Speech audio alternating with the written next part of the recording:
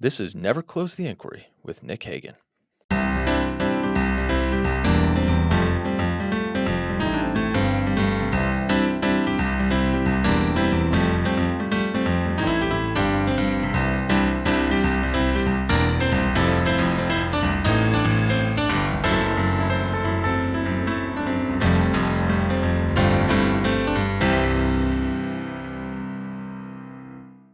Welcome to Never Close the Inquiry, where I aim to demystify the right for the left and the left for the right, where if you come as a conservative, I want you to leave knowing a little bit more about liberals. And if you come as a liberal, I want you to leave knowing a little bit more about conservatives, with the whole idea that over time we'll create better conversations, better relationships, better arguments, and maybe 80 or 90 more steps down the road, a better country. Kimball Dean Parker.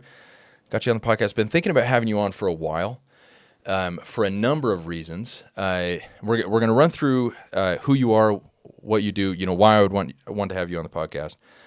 But to put it briefly, I really think a lot about AI and what it is doing to society now, what it's going to do to society, and then as a lawyer, I think we're going through a stretch right now, and there's no sign of it abating, where a lot of companies are really pushing for lawyers to adopt more and more AI, and where we have a ton of examples of it not going very well. With lawyers, I think it's like hundreds, or maybe there have even been 1,000 cases by this point, but I believe there are hundreds of published decisions or results where lawyers were caught using hallucinated case citations. Yeah. And then they get in trouble for doing that. Okay. and so there are a number of legal specific AI platforms I've used briefly, or tested, and then have also seen what the more readily commercially available AI stuff can do in the legal field. So anyway, let's start out with who you are. Okay. So you're from Salt Lake. Yeah. You go to East High School. Yeah. You play goalie at Westminster. Yep. Okay. Uh-huh. Then you go to the U and you graduate in English. Yes. Okay, that's the exact same thing I did, so that's very nice. Then you go to University of Chicago for law school. Yes. Okay, let's start there. Yeah. So I graduated from the University of Chicago, and I worked the first 2 years of my career at Quinn Emanuel. Yeah. A big litigation law firm. I had an incredible experience there. I loved it there. I worked under this old grizzled lawyer named Bob Feldman. Okay. And, he was kind of at the end of his career. He didn't want to do a lot of things anymore. So anyway, he gave me some really great experiences. I really liked it. But then my wife had a child, our first child, and she was a management consultant. She worked for Deloitte. And so, you're in the Bay Area at this time? we're in the Bay Area. Okay. And, working at Quinn Emanuel with one spouse and Deloitte as a management consultant with the other really leaves no time for parenting. Right. So Yeah. we decided, let's move back to Utah and let's both kind of maybe downsize our careers and so that we can raise this child. And we moved back to Utah because that's where we were from. Both our parents were there. Yeah. I started to teach at BYU Law School. How did that happen? Because I've been, at that position 3 years out of law school before, and no one was offering me jobs to teach at anyone's law school. It's because when I was at Quinn Emanuel, I started a legal crowdsourcing project called Co-Counsel, actually, and it basically we built like a visual user interface where you could build out visually the logic of the law. So you could be like, oh, patent law breaks into these topics break into these subtopics, and damages, this one element of damages breaks into 5 things, and you could see it map and kind of branch out into a tree of logic, basically. So that's brilliant. And pause there for 1 second. That is not something a lot of first, second years out of law school are doing. Yeah, I think I was in the Bay Area, and one of my best friends out there was working in the kind of big data with Google. Okay.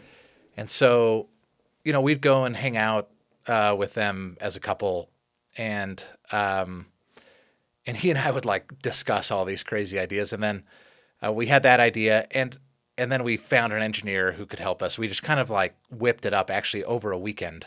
Yeah. And then that started to get some traction. And actually, one of the people who used it was this professor at BYU named Gordon Smith. Oh, wait, he's the former dean, wasn't he? Yes, and then he became the dean.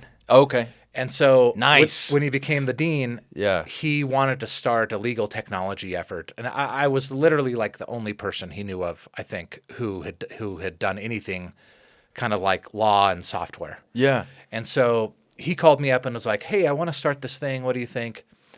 And so we kind of brainstormed together. And the idea that we came up with is that we would pick one area of the law Yeah. that people had a hard time navigating if they could not afford an attorney. Yeah. And that we would try to build a software solution to it with a group of students in one semester. And so the first area we picked for this project, we chose debt collection in Utah, which is Okay. an enormous issue. It's actually an enormous issue nationwide.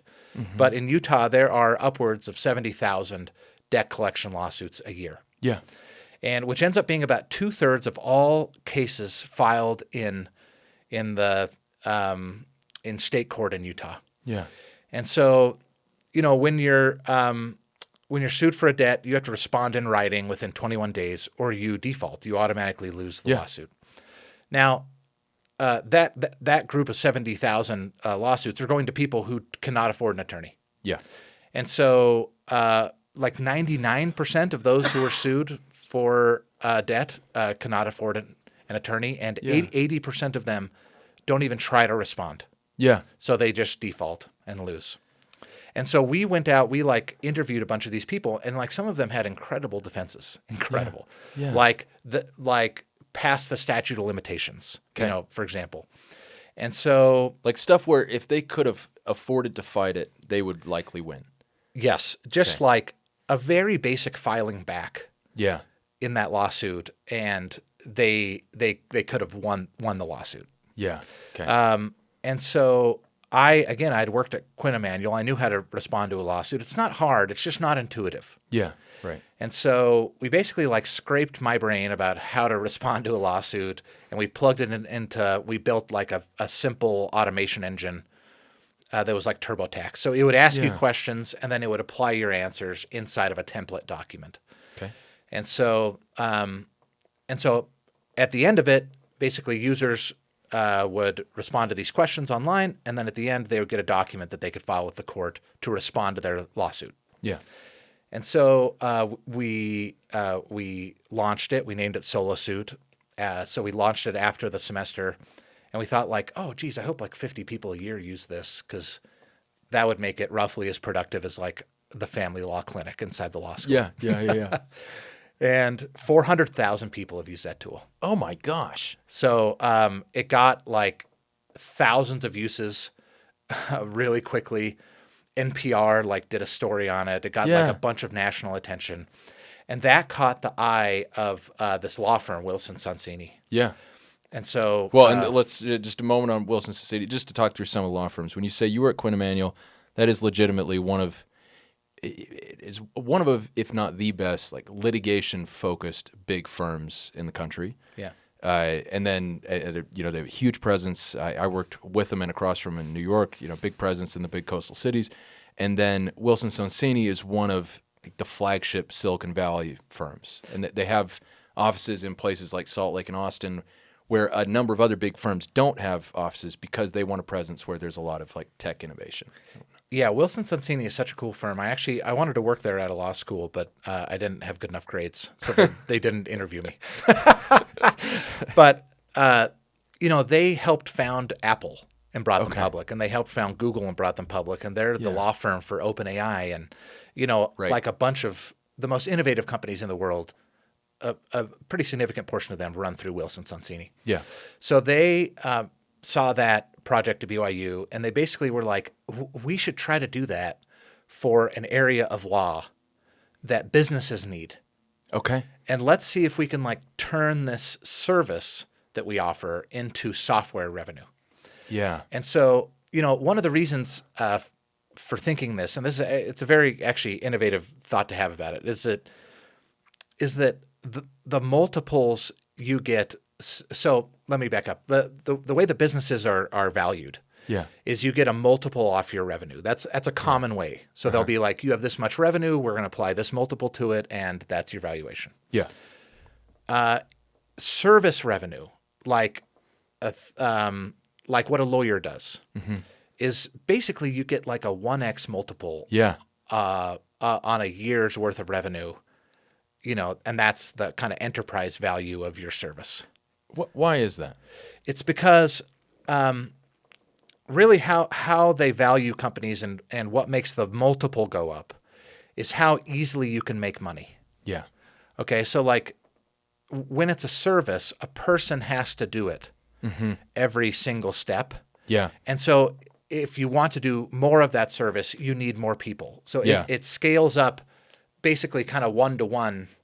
As there's more demand, you need to add more and more and more people. Yeah. The reason why software gets a much higher multiple is because you can set up software and you can add users for a very marginal cost. Yeah. It doesn't take more people or more resources. You can build a software and 1 million people can use it, and it'll only cost marginally more than if 1,000 people use it. Right. And so it's easier to make money that way. It scales up.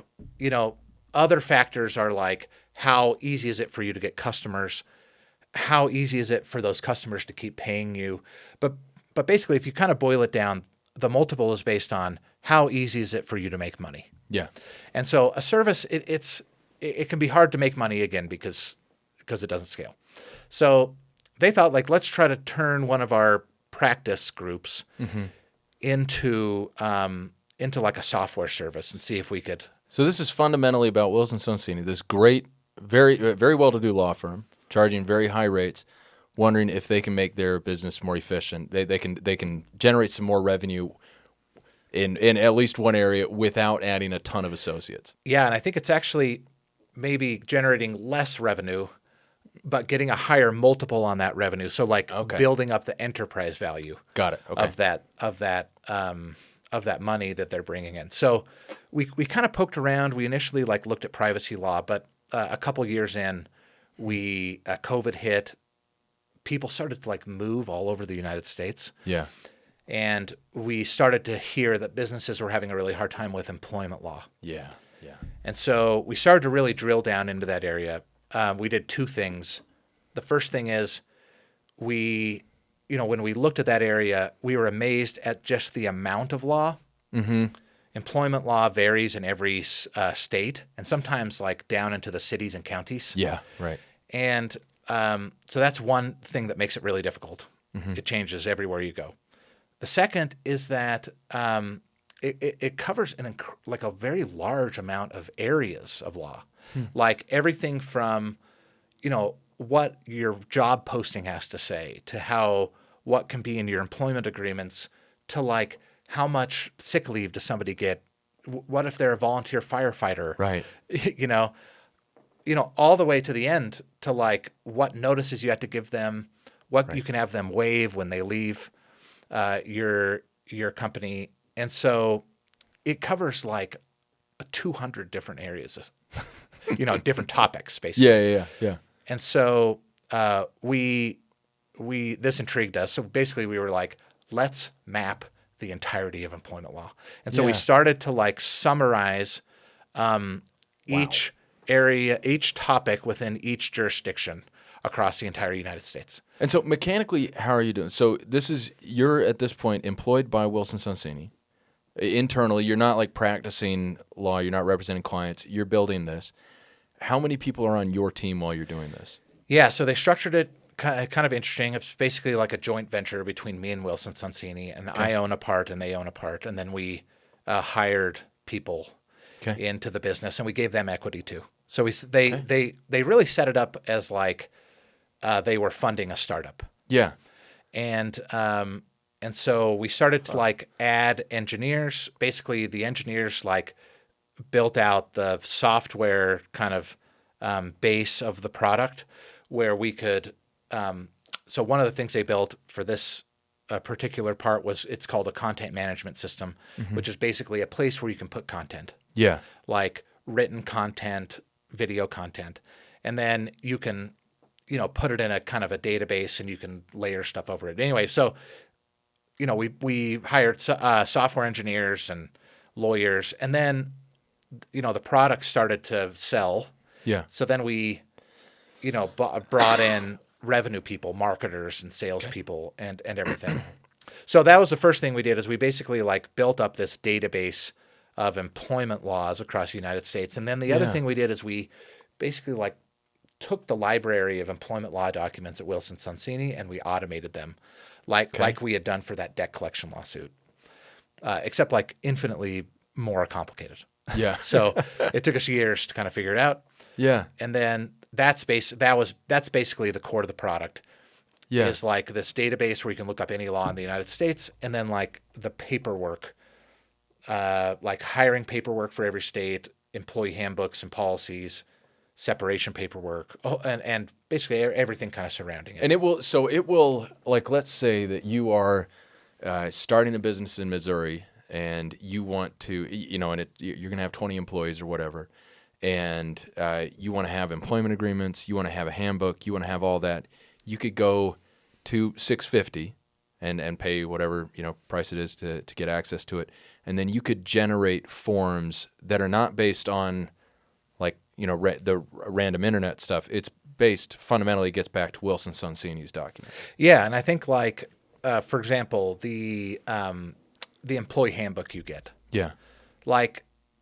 That's I'm the founder of this company, but it's the best employee handbook on the market. Okay. It's you would have a hard time getting a better employee handbook anywhere in the United States. Why is that? It's because a lot of those documents have gone through a lot of things. So actually, let me give you another example. The template we use for the hiring paperwork, there's kind of an employment agreement and an offer letter. And those documents, they give to the startups that they have founded.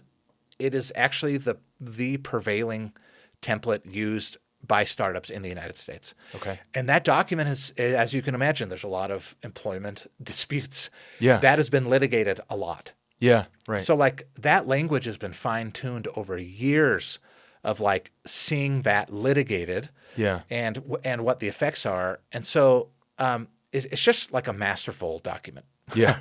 We then kind of took it, we catered it to all 50 states. We worked with another employment law firm so that we could kind of double check our work in every jurisdiction. Which firm? Yeah. Ogletree Deakins. Okay. Yeah. And so we worked with a great attorney there named Stacy Bunk, and she helped us verify all the material in those documents. That's a huge effort. Oh yeah, it took an incredible amount of time, and then it just so happens that the AI came out, and one of the just incredible things that AI does is that it can synthesize large amounts of data.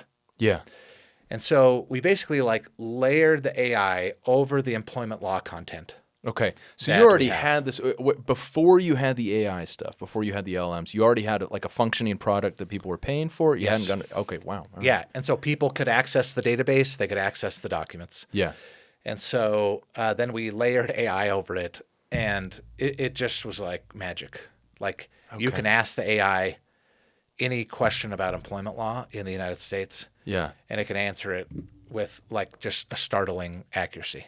Wow. Okay. So one of the big issues that I think you probably see with AI generally, but certainly as a lawyer, and we're talking now about the commercially available stuff, if you want to chat GPT, or I recently had a client, we drafted the complaint, and he ran it through Grok with our note about it, and then sent us some suggestions. The suggestions were some of them were kind of okay, but then it had specific case site references, and they, even now, years into knowing this is a problem, they were all of them were either completely made up, or irrelevant, or going against what we were trying to say, and you don't have that problem with SixFifty. Yeah. So, well, let me say that the AI is changing so much. I'll actually get to that in just a second. But let's say when we started this, we first released our AI product about 13 months ago. Okay. And so at that point, there were huge gains from layering the AI over our database. Yeah. So it's a method called retrieval augmented generation.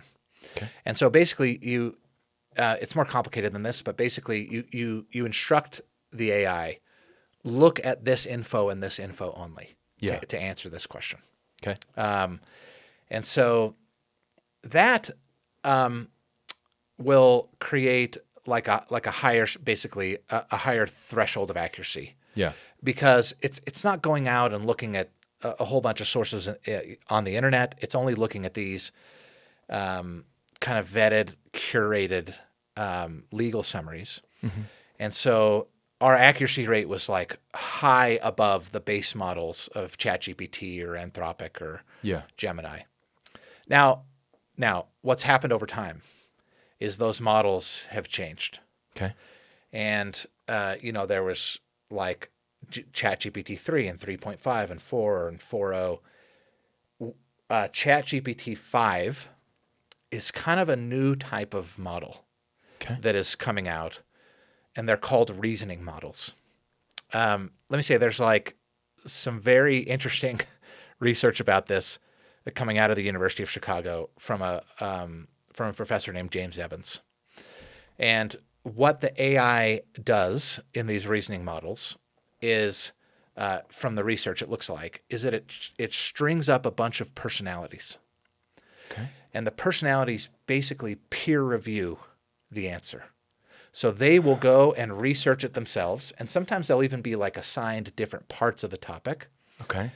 Then one will like create an answer, and they'll come and they'll critique it. That's interesting. And so they'll be like, hey, we missed this. Oh, hey, you didn't take this into account. And that peer reviewing, one, it made it take longer. Yeah. But the accuracy went way up. Okay. Now, you could have a whole nother podcast about how they did this, but basically, nobody can go in and look at ChatGPT and Gemini's models. They are highly proprietary. Yeah. But like DeepSeek just sends out, theirs is open source. Okay. And so they're following the same trajectory, basically. And so basically what James Evans did is like look at DeepSeek and tear it apart and kind of look deep inside and kind of to see what it's doing. Those reasoning models are incredibly accurate. They're basically as accurate as the RAG'd information, the RAG'd model we were using. The RAG, the retrieval automated generation. Exactly. Okay. So like the AI is advancing in such interesting ways. Yeah. And so now it's not clear that using RAG actually provides any benefit at all, unless the information that you are using RAG, with, is like truly unique and proprietary. Yeah. Like let's say customer interactions on your own website. Yeah. Like that's not anywhere in the world. Mm-hmm. And so RAG would be useful there, but if it's not that, it's kind of now debatable whether RAG makes any difference for you at all. Okay, so I have a few questions, or a couple of thoughts. So one, first on that idea of using kind of an internal peer review and setting up different personalities, I think this is not about the AI, although that's a brilliant application of it, but I think that tells us something about how we as humans discuss things and get to right answers. I think intuitively, or just by nature, we prefer to surround ourselves with like-minded people who think similarly because it makes us feel good and it makes us feel right. But that is not a particularly good way to get to the right best answer. information, the right answer. One kind of interesting thing is that, these AI companies, they are also they are not completely clear on what the AI is doing. Huh. They've basically given the AI like a toolbox. Yeah. And some material. Uh-huh. And the AI is constructing things in sometimes ways that like even the model makers don't understand. There was actually a paper by Anthropic several months ago. Yeah. That was like, we only understand like X percentage of the answers. Like we have no idea how they arrive at this other X percent. Interesting. Yeah. Yeah. And so it's actually not even clear that these models were instructed to do it that way. basically, what I think has happened is that the model makers gave them a tool. Yeah. Basically, we're like, okay, maybe the tool is you can split yourself into multiple things, Yeah. and then it's doing that itself. So it's like it's a really interesting field Wow. that's changing very fast, Yeah. and it's actually a little hard to like really keep up with Yeah. because each new model that comes out is like doing different things. I mean, they Yeah. obviously they have billions of dollars of resources Oh, that are gosh. going into improving these models. Yeah. And so, but it's developing really quickly. That's interesting. So, I mean, what that sounds like, it sounds like thinking. Yeah. So, I don't know. Yeah, that's interesting. This is not really the topic of the conversation, like the future of, what this is going to do to employment in the U.S., but it will do something. Yeah, At some point. I think it'll definitely do something. I mean, I Yeah. think if you look at the other kind of, maybe similar revolutions that have happened Yeah. to work, Yeah. there's the Industrial Revolution, Yeah. there's the internet, Yeah. like all of those and this one brought like a lot of uncertainty. It made some people like fabulously wealthy. Each one of those. This is following the exact same path. Yeah. And but employment does kind of settle once like I guess once the underlying technology of what is driving that is kind of like mined to its core. Yeah. Now, I mean, how long that'll take and Yeah. what the long tail of technology advancements there are here Yeah. is kind of yet to be seen. But I'm not as worried about the employment. Okay. I think because like the employment's kind of like a liquid. It just like flows to where it's best used Yeah. in a market economy. Yeah. And so it's done that like pretty well. Not that there haven't been like times of turbulence during each of those other revolutions, but it does end up settling in a place that's okay. Yeah. So it's interesting. I think one thing that's very easy for us to do, you see a lot of this, and maybe these people will be right, but there are a lot of people saying, well, this is clearly different from the Industrial Revolution or whatever other revolutions have happened before. And I think to some degree, with us having made it onto the backside of those prior disruptions, it's easy to underestimate what those would have looked like and felt like at the time. At the time, exactly. Yeah, where you have, now all of a sudden to plow your field, you need one person instead of 40 or whatever. Like that is a massive disruption. I also think there's just such tremendous potential right Yeah. now. I remember, kind of growing up, I always thought like, I wish I was born earlier because I could have taken better advantage of the internet. Huh. Because I think there's like this generation of people who Yeah. were born at just the right time. Like, there's that old thing about Bill Gates and Jeff Bezos and Yeah. the Apple founder, Steve Jobs, Yeah. all born within a relatively small amount of time Mm-hmm. of each other. And they were kind of like the perfect age Yeah. to take advantage of this new developing computer technology, basically. Yeah. And, I think that there have been times where I've kind of thought like, oh, geez, I'm at the tail end of this computer thing. Right. Yeah. And I kind of wish that I was a little closer to its inception because Yeah. that's where the real opportunity was. Yeah. Right. And like, we're in that right now. Okay. So like Yeah. for example, we applied this AI technology over this employment law information. It became like a very successful AI application for employment law, Yeah. and we were acquired. Yeah. So we were like SixFifty was acquired by a payroll company Yeah. in May. Yeah. And so That's a big day for any startup founder. yeah, and I think like it's like there's a hunger for this. Yeah. There's a hunger for this technology.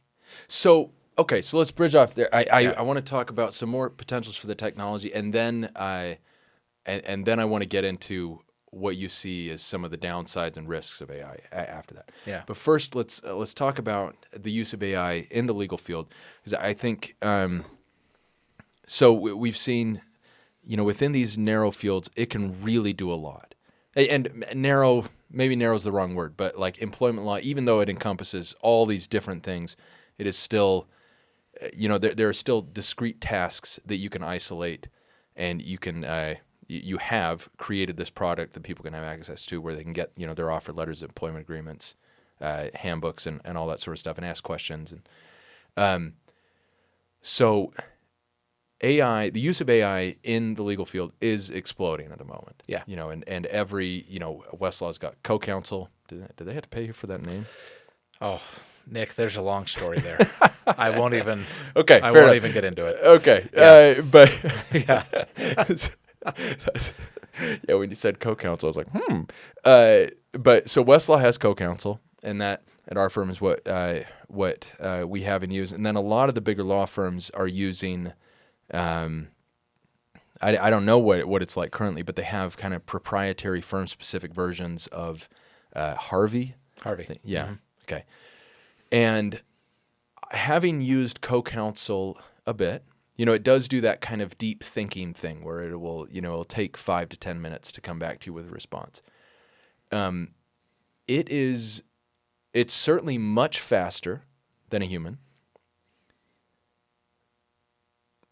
but, and it's probably a fair amount better than a relatively junior lawyer, but at least as of right now, like I would say someone who's I'm now 7.5 years out of law school. I get more out of Westlaw by just using their search engine than looking through cases myself than I do from their proprietary AI stuff. Yeah, I think those applications are in an interesting spot right now. Yeah. Because they used retrieval augmented generation over their case database. Yeah. And secondary sources and statutes and everything. Yeah.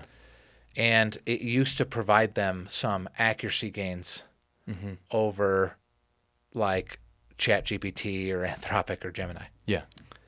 Now with the reasoning models that we just talked about, it's not clear that there is any accuracy gain whatsoever from using co-counsel, that actually you'll get just as good of information. And it's actually not even clear that they are even using RAG anymore in those models. Yeah. And so we ran a little experiment at the University of Chicago so nothing that's like publishable, but basically to kind of orient ourselves on kind of what the accuracy was of each model, and we thought the best one was Perplexity. Okay. Basically, who makes Perplexity again? Perplexity it's a company called Perplexity, but they basically use ChatGPT over the current internet. So they kind of like RAG. Well, let me say that what I'm saying may not even be correct anymore, but because that's the best kind of stuff changes all the time. But basically, they're like trying to use ChatGPT on current information. Is maybe how I'd put it.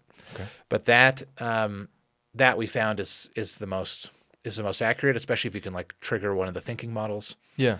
That'll give you like the most accurate info. I think this I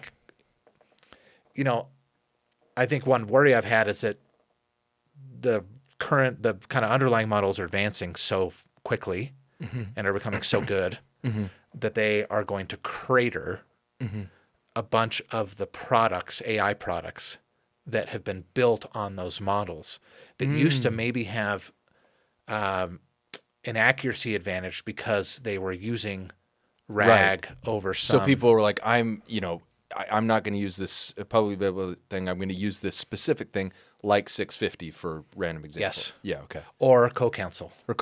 Yeah. Right.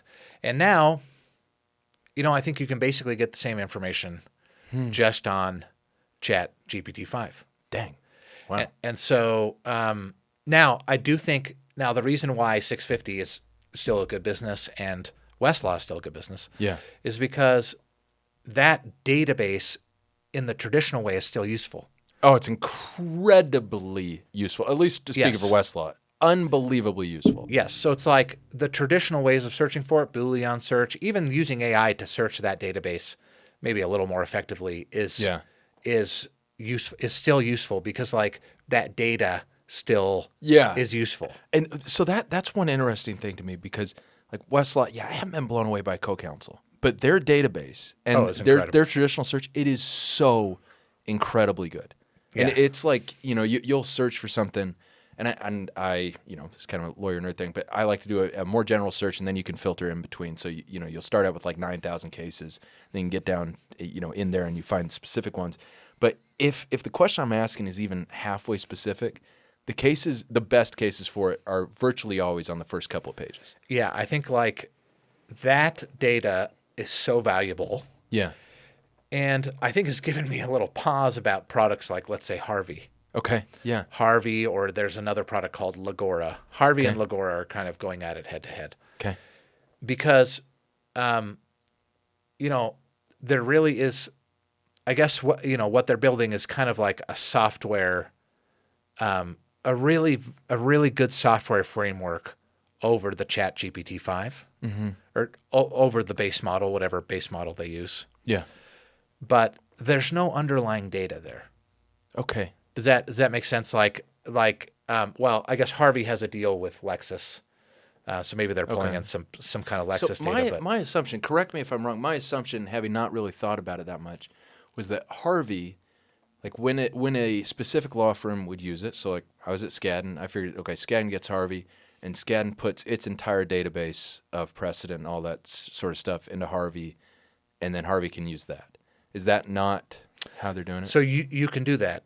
Okay. It's just not clear that you couldn't do that with Gemini. Got it. With Okay. or with Microsoft Copilot. Okay. Right. And so now let me say that like there's some reasons why I'm also bullish on Harvey. Okay.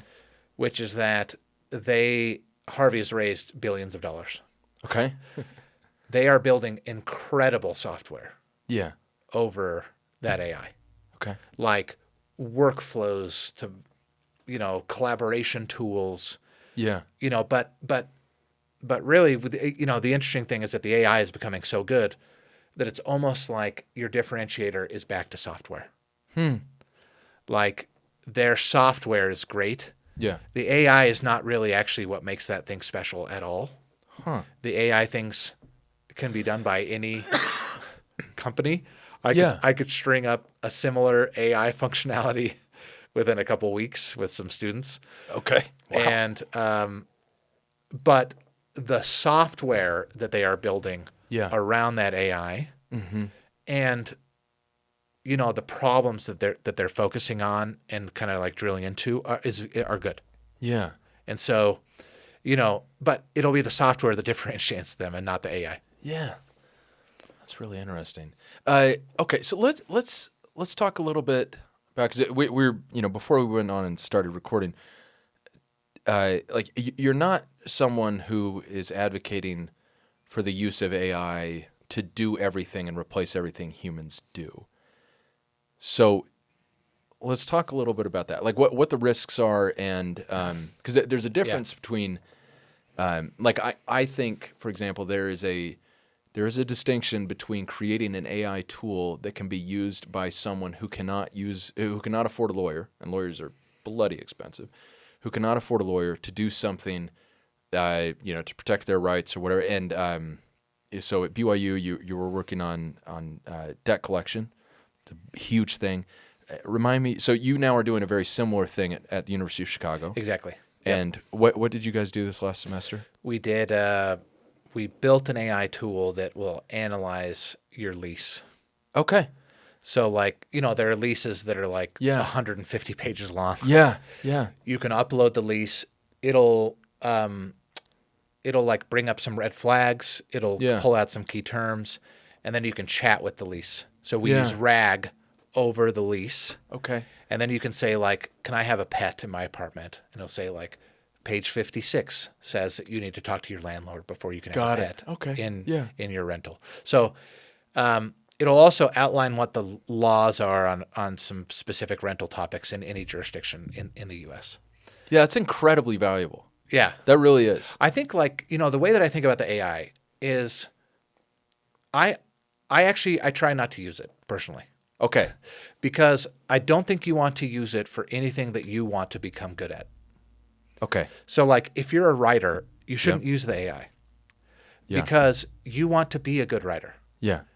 Like I think that the best use cases for it are using it in areas that you don't care about or like that don't have enduring value for you. Yeah. So like, for example, like a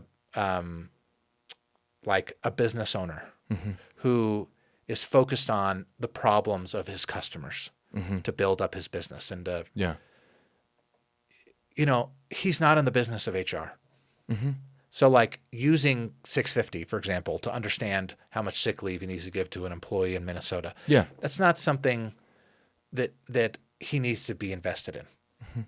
And so like using AI for that is great. Yeah. Like, using AI too heavily, I think writing is actually a perfect example. Like using it for writing will stunt your writing. Yeah. It'll like having a kid do a first version, Right. a first draft in AI is not a good idea Right. because like you need to become good at writing Yeah. or good at math. You shouldn't use it for math. You need to struggle through and learn how to do math. Yeah. Anything that has enduring value for you, you should not use AI on because you will not become good at it ever. Yeah. And so, but like anything that you don't care about, like for example, my son had a stomachache today, and I used Gemini to ask, what it could be, basically. Yeah. And you're never going to become a doctor. I'm not going to be a doctor. Yeah. Exactly. Right. Like I'm not shortchanging any skill.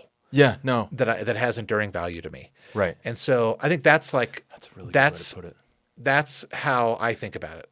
I don't want to use it for anything that will have any enduring value for me because those are the things that I want to be good at. Like I love music. I'm not going to use it for music. Right. I like the creative process to create the music is what I like. So this is interesting because you're articulating well, I think, what was probably already functionally my perspective on it. Is and we, by coincidence, do have there's a fair amount of overlap between our interests. But I obviously write a lot, and I have written a lot of music, and have not and would not use AI at all to do those things. Even acknowledging that, like, if I wanted to get an article out every day that was written in approximately my voice and all that, like I could do that using AI. I could have it put together probably a pretty good first draft. Like, it wouldn't take me that long to edit it, be able to get an article out every day, and people are like, oh, this is great. And it just, it's funny because you see something kind of similar happen it can happen at law firms with senior partners where they no longer have to draft anything. Yeah. And by the time they're getting something, they're usually like at the big law firms, they're like third or fourth or maybe even fifth in line before they see something. It might be pretty darn polished, and they'll put their spin on it, and they might make some really good, insightful edits. But you do that for long enough, and now you need the four people who are doing it first. And there's this period, as a lawyer, where as your first couple of years, people struggle with imposter syndrome and stuff like that, but before realizing that for everyone, it's this deeply alienating feeling where you really are not good at your job. Yeah. And it's and you don't need to sugarcoat it and say, no, you're great. No, you're bad, but that's okay. It's like you're bad because everyone's bad at the start. And then by being bad for a while, but trying hard and getting reps, you get good. And then eventually, you get 5 years, 10 years in or whatever, and now you're like really pretty darn competent. And stuff that you would have done very slowly and poorly before, you can now do pretty quickly and well. And I think one of the biggest red flags for general AI usage or biggest risks or downsides or something you don't want to see, whatever, is kids using it, students using it. And like thinking back to when I was a student in college, I went through a period where I was not nearly as academically invested as I should have been. I was studying primarily physics at that point, but every internet tool I could find, I would use to do my homework, and AI would have made that a lot easier. And long and short of it is that I think in no small part due to not doing my homework, I did not get any better at physics or math. I got worse. I was better at that stuff when I was a junior in high school than I was at the age of 23 and 24. And I saw something recently, some sort of graph, and you never know, where these numbers come from, but saying that usage of whatever was the publicly available version of ChatGPT at the time, usage spiked, in May and June, and then once school's out, dropped off like 80%, some crazy percentage. It's like a huge amount of the usage of these platforms is going to doing things we actually want people to do. We don't want a machine to do, and I don't know, what we do about that exactly. I think like when I think of my time at when I worked at Quinn Emanuel. Yeah. I think actually there were some tasks that I was like good at right away. Okay. Like assembling an evidence list. Okay. Right. Useful. Yeah. Like not, I think there are like kind of tiers of sophistication in those tasks. Yeah. And, maybe like a first year, like you need somebody who's, smart and thoughtful to like kind of understand what the case is to maybe organize an evidence list, let's say, going to trial or like, putting together discovery into different timelines and stuff. Maybe that's like, I was good at that. I think what I was not good at is writing a brief, let's say. Right. It's like, didn't understand how arguments are formed or, which things to stress. I do think though, at the very top layer of sophistication, actually it's like, and I think really is actually the fundamental, most valuable skill of a lawyer is EQ. Like those senior lawyers, for example, who don't write. Yeah.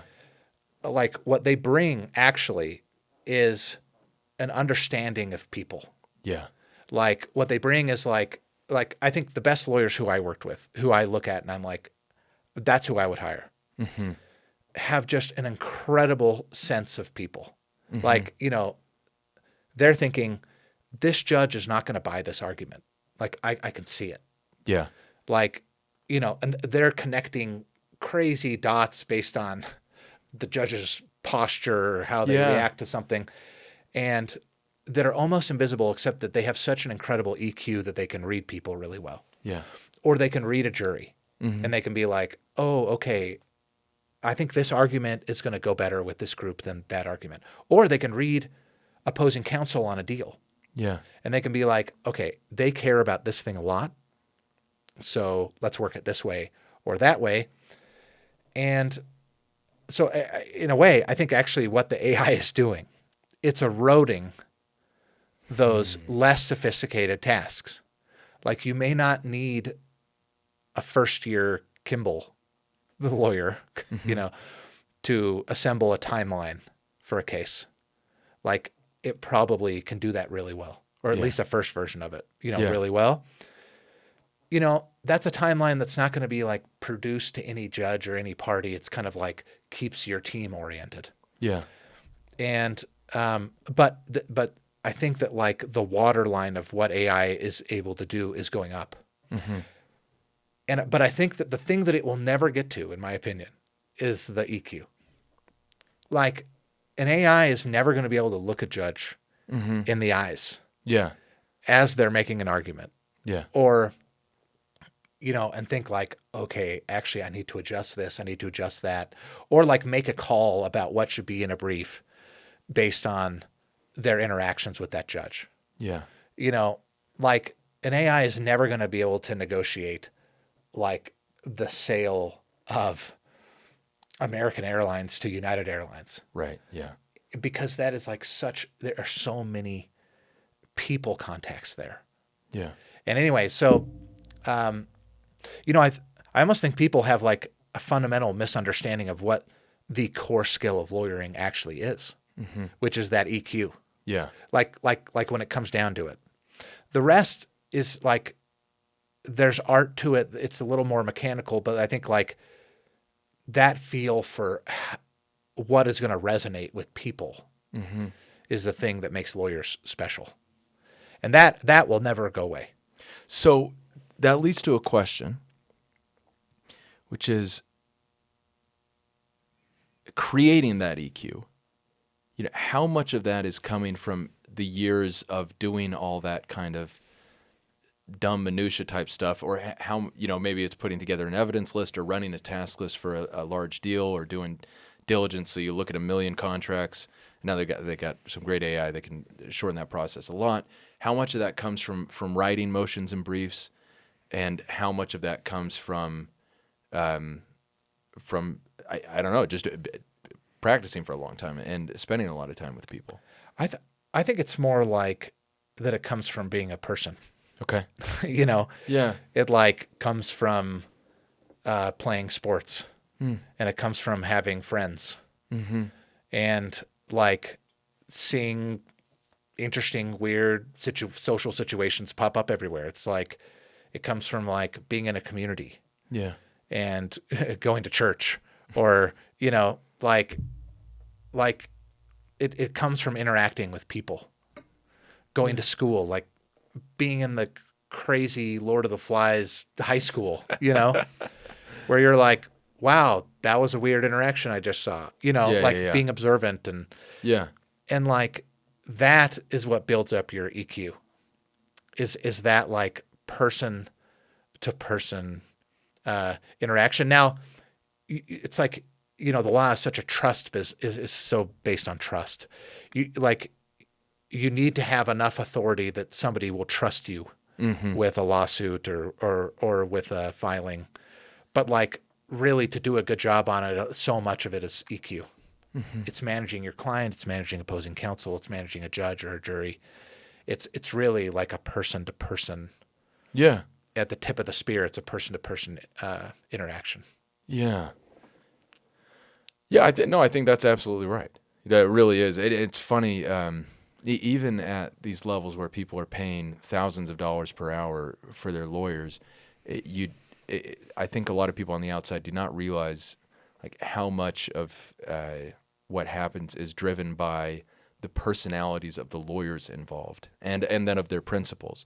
You know, like people get mad, and now all of a sudden you're in a discovery fight that's going to cost millions of dollars, and like that potentially could have been avoided either by, you know, making someone, a lawyer with decades of experience, you know, feel wanted and special and heard, or and stuff like that, where like, you know, I'm involved in the case right now where let's see, what can I say? Basically where we're going to fight about it, in part because people aren't super happy with each other, and like the numbers on the paper don't matter that much. It's more about, all right, they're mad at each other, and we'll see if they get unmad at each other, and if not, then you get a judge involved. Yeah, I think, you know, I had this really interesting experience when I was an associate. I worked for this lawyer named Dave Benyon. I actually think he's the best lawyer that I worked with in my career. Yeah. And we are in this case, and I like found this like thing that the opposing counsel had unintentionally violated. Yeah. Okay. This procedural step. And I was like, let's get it. We are going to win this case. Yeah. It says A, they didn't do A. Yeah. Result B. Ergo. Yeah. Yeah. Yeah. And he was like, there's no way the judge is going to throw it out for that. There's absolutely no way. Yeah. And I was like, no, because that's what it says. Right. Yeah. It says that's the remedy. Yeah. He was like, she will do anything she can not to throw that out. Yeah. And I just, but he basically was like, you know what, just do it. Do it. I know what's going to happen. Yeah. And you'll see. Yeah. So I was like, no way, I got this. And he had read her so perfectly, it was astounding. Yeah. Yeah. She basically was like, oh, well, and just found every reason, because in the end, basically his point was, there's some actual merit to this case. Yeah. Mm-hmm. They are not going to throw it off on like Procedural. on a foot violation, you know? Yeah. And like, she'll figure out a way to get it back because there actually is some meat on this bone. Yeah. And he was right. Yeah. But that is from years of experience. That's the difference between, I was probably a fifth year associate at Parsons, Bailey, and Latimer. This is as I was doing BYU. I was kind of doing both at the same time. And, it was just like, wow, I don't have that yet. Yeah. And may never have it because like his feel for people was just phenomenal. Yeah. And like in the end, like there are a lot of people who can write briefs. There aren't really that many people who can like read people like that. Yeah. Who can be like, this is going to resonate with that person or with this jury or with opposing counsel. And I think like all the lawyers who have completely blown my mind have that EQ. Yeah. Where I'm like, wow, that is like just an incredible skill you have. Yeah. That's interesting. So, but I think like the AI is going to take over and is already taking over a lot of the non-EQ tasks. Mm-hmm. A lot of the like brute force lawyering. Yeah. That we grew up on. Yeah. Right. Right. But it'll always leave the human to human thing. And I think that's actually across any industry. Okay. Is like, I almost think that human touch is more valuable than ever. Yeah. Like, like I just hate calling into customer support and getting AI. It just drives me crazy. Oh my gosh. Yeah. And when I actually get a human, it is such an incredible experience. Yeah. And anyway, and so That's funny. I almost think like one way to take advantage of this time also, I think, so there's several avenues. One is to like build an AI thing. Yeah, sure. Like fish out an opportunity. There's so many things that it can do, like build a thing up and sell it and make money. Mm-hmm. The other way is like being like, I'm going to zag. Yeah. And I'm going to create deeply human experiences. Yeah. Like, in the law, you could almost be like, I don't use AI ever. Yeah. Right. That's I'm going to handwrite this thing. Yeah. I'm going to look people in the eye. Yeah. I'm going to human lawyer it.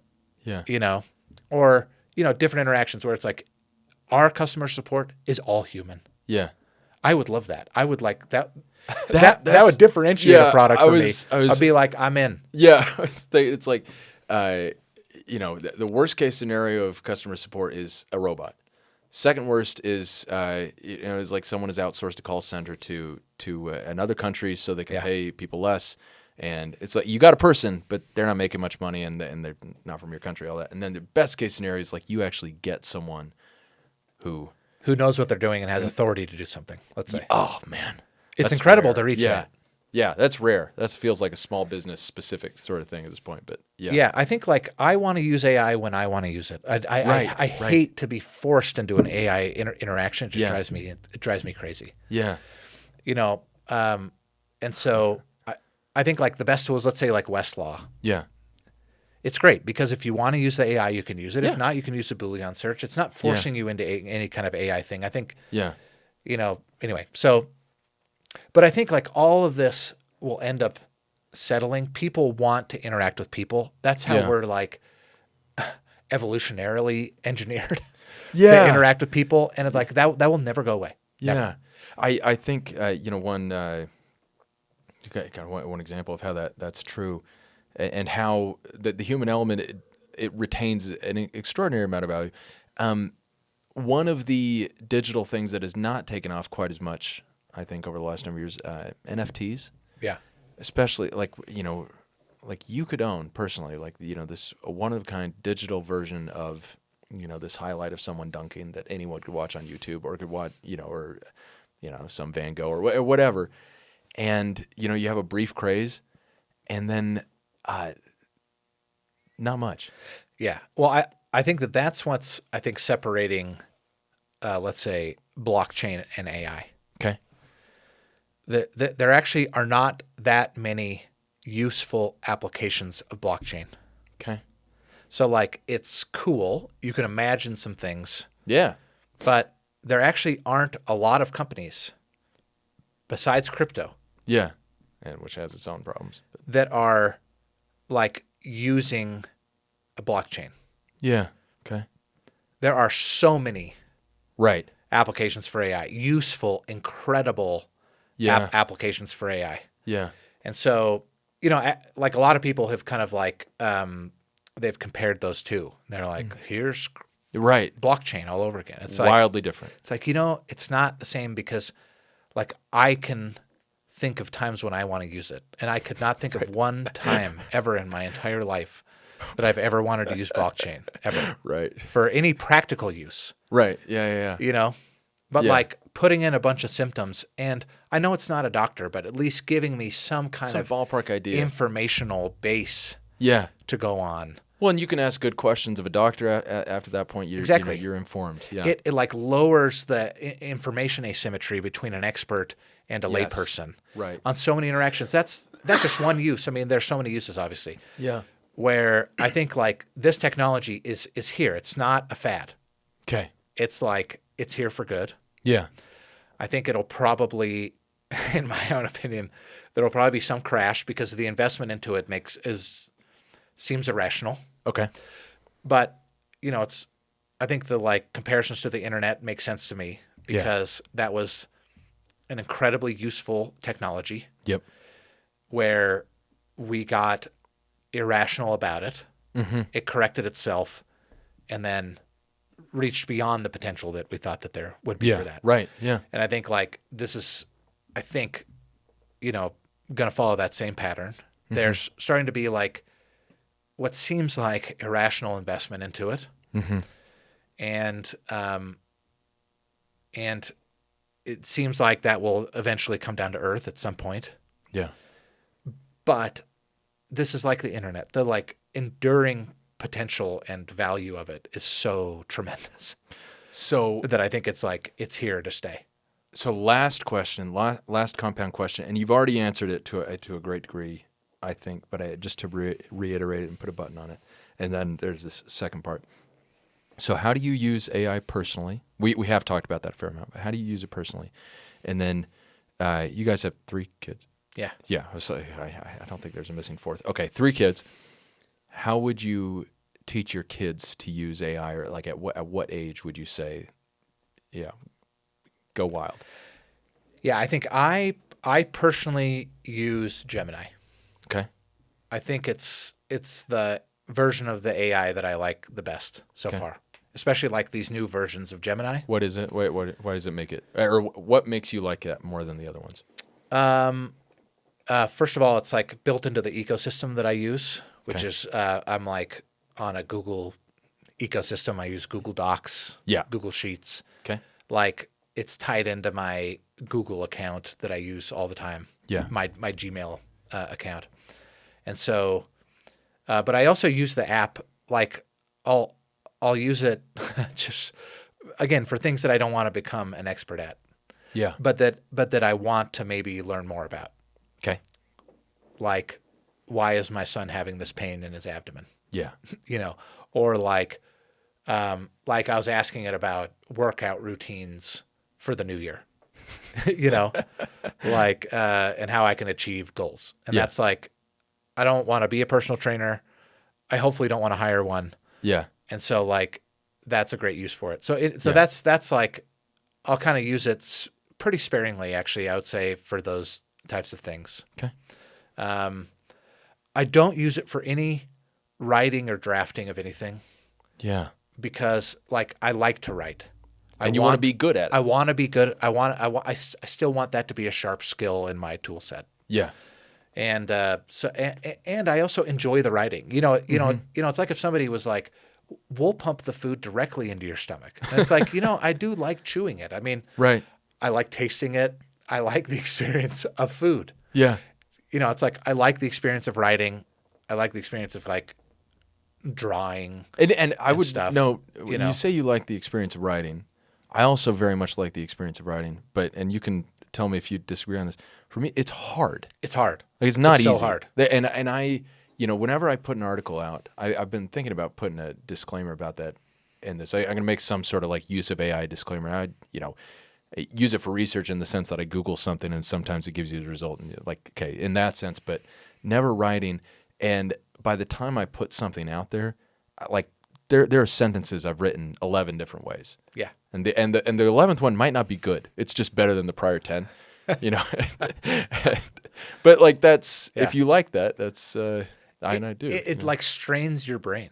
Yes. Like writing is so hard. It's also like such an empathetic exercise. You're like, you're writing it for someone. A lot of the time, and you're like thinking of your audience, and you're like, okay, what do they care about? What are they gonna understand? What are they gonna take from this? Yes. That's like that I love. There's like an element of that is it's also a lawyer's great. perspective too. Yeah. Yeah. And I think like, with my kids, I don't want them really to use it almost for anything now at all. Yeah. Like my brother came over one time. My daughter had written like this hilarious story. Your daughter, of your 3 children, we'll say one's very young, so I haven't got to know her, but your daughter, brilliant. Oh, she's incredible. Yeah. She's incredible. Very bright. She wrote this story. And then my brother was like, let's create illustrations with it with AI. Okay. And so we fed the story into AI, and it created these just incredible illustrations for it. Yeah. And then like that night I was like, but she's a great artist. Yeah. Like don't do that. Yeah. Draw the thing yourself. Yeah. Even if it's worse. Yeah. Like that's fine. I think like, being creative is such an enriching part of my life. Yeah. Like, and like taking that away would be so terrible. Yeah. I think that is such like that is such an incredible part of being alive. Yeah. Is creativity. And it's like, don't take the shortcut on the creativity. Right. Foster that inside yourself. Yeah. And so I think like I really don't want them to use it. Yeah. I don't want them to use it to create images. I don't want them to use it to create stories. It's like foster that inside of yourself. Yeah. And it'll create like a very enriching life for you. That's so funny. By the way, just a brief side note, there are a number of people in the advertising industry and certain other industries that they call themselves creatives. And I hate that they've given themselves an appellation, which is like this fundamental human trait that so many quote unquote non-creatives have and use. Again, I hate that. There's so many creative people who are not doing quote unquote creative things for employ. And I think it's it's almost like you don't even have to be good at the things that you're trying to create. No. But like the act of creation it's like almost in every form, I think it's like a godly act. Yeah. Right? It's like creating music or a written piece or a business or